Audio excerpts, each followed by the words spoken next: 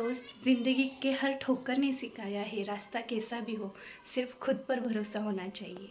Hello, hi, नमस्ते, welcome to my blog. तर मी रील स्क्रोल करताना मला एक व्हिडिओ इमोशनल भेटला, त्याच्यावर मी छोटीशी क्लिप बनवली. ती नक्की बघून जा. मला असं वाटतं की वळवाच्या पावसापेक्षा वळवासारखी आपल्या आयुष्यात येणारी माणसं फार घातक असतात.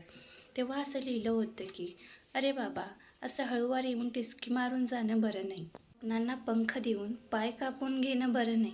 कुठे मोती मागितले, थोडी मातीच हवी. अख्खं वावर तुलाच ठेव रे, कानाकोपऱ्यात तरी जागा द्यावी.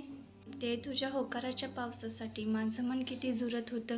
तरी मी तुझ्या नाकाराला माझ्या समजुतीच्या जात्यामध्ये दळत होते. तरीही एक दिवस वळवासारखा येऊन माझं मन अस्तव्यस्त केलास. चांगलं वाळत पडलेलं रे आयुष्य कशाला येऊन ओलं केलं. या ओळीच्या मी क्लिप बनवलेली आहे, ते माझ्या नाही आहेत. मी रील स्क्रोल करताना मला दिसलेली ही रील आहे आणि त्यातल्या ओळी मला खूप आवडल्या, मनाला माझ्या भेटलेल्या त्या ओळी.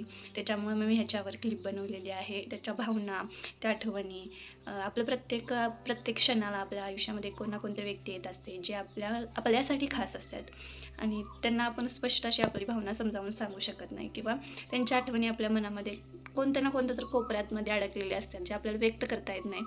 तर ह्या ओळीमधून भरपूर काही बोलून गेलेले आहेत ओळी त्यामुळे मला ही ओळ खूप आवडली, म्हणून मी याच्यावर क्लिप बनवलेली आहे. तसं पण ब्लॉग बनवायला दररोज नवीन आयडिया खूप वेळाने भेटतात आणि काय बनवायचं हे पण कळत नाही. आणि 2-3 दिवस माझ्या पण आयुष्यामध्ये भरपूर गोष्टी घडलेल्या आहेत आणि भरपूर अनुभव देऊन गेलेले आहेत. वाईटच आहेत असं म्हणणार नाही, चांगल्या पण आहेत, पण वाईटाचं प्रमाण वरच्या लेवलला आहे.